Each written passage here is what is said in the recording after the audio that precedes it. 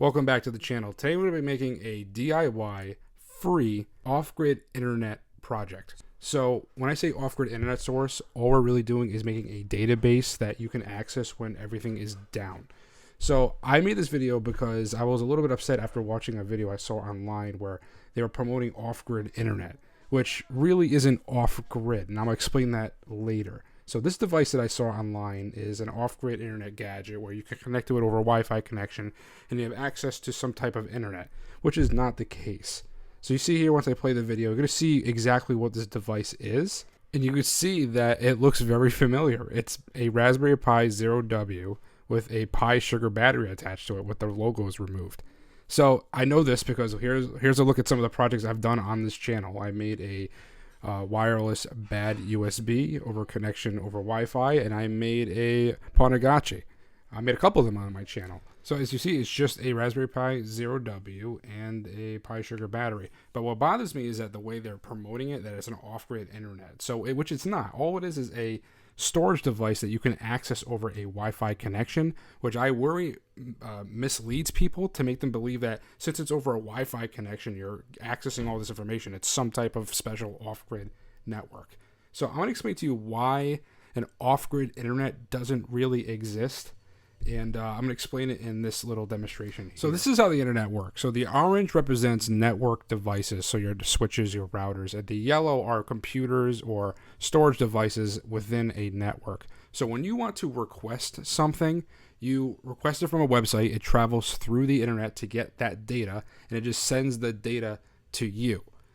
So if there's no internet at all, there's no connections to one another. There's no off-grid internet. It doesn't. The internet is just a series of connected devices and services together, and used by other devices that send the traffic back and forth. I have a demonstration of that stuff on my channel if you want to go check that out. How data requests and stuff work.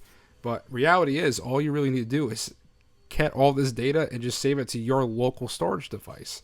And I'm going to show you how to build that today. So real simple, just get some kind of storage device. You can use a micro SD card, an SD card, or a flash drive people usually have laying around, or any external hard drives. Pick something that you know that you could save and just dedicate toward this project. Step one, make a folder on the device. Have it labeled off-grid internet or whatever you want, off-grid database. I'm just putting off-grid internet because I found it funny.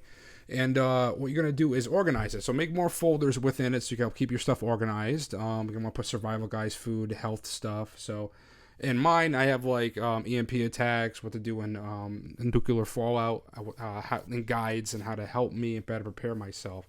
And where I'm getting this information is online. So if you find some online resources like I have here, I'm saving PDFs, I'm saving documents in these folders and keeping everything nice and organized.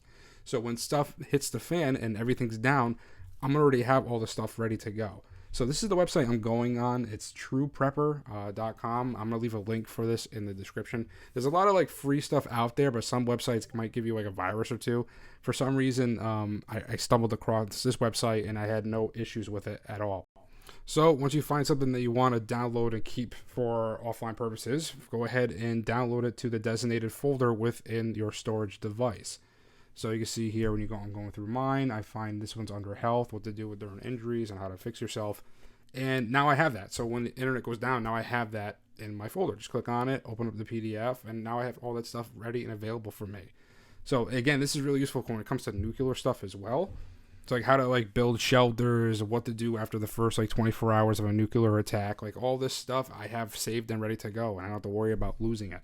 Download some of your favorite movies because you're going to need some things to keep you entertained when everything is down because we're so used to being entertained nowadays.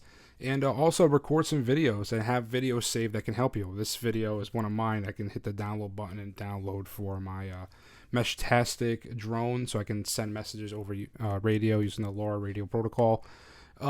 Things like that, like find useful videos, how to create clean drinking water out of whatever, or finding how to start up a fire using whatever you got. I mean, find these useful videos and save to this database of yours. You can either download it if you don't have YouTube Prime, which I don't. You can just screen record it. That's a little life hack there. Just screen record the videos you need for survival purposes. And make sure you get all the important things: food, water, shelter, defense. Make sure you get all those videos ready and saved, and make sure you get the entertainment stuff and games, because you're going to go crazy during these times. And make sure you gather the operating systems that you want to keep, ISO images, your programs, and all the everyday stuff that you need, just in case you need to make copies of it or download something, because you're not going to be able to get that stuff anymore over the internet. So make sure you have those executables and those ISO images, even program files, installation files. Just make sure you have all that stuff available, because you're not going to be able to get that if everything is down. Make sure that's all in your database so it's ready to go when you need it. So start saving those useful resources now.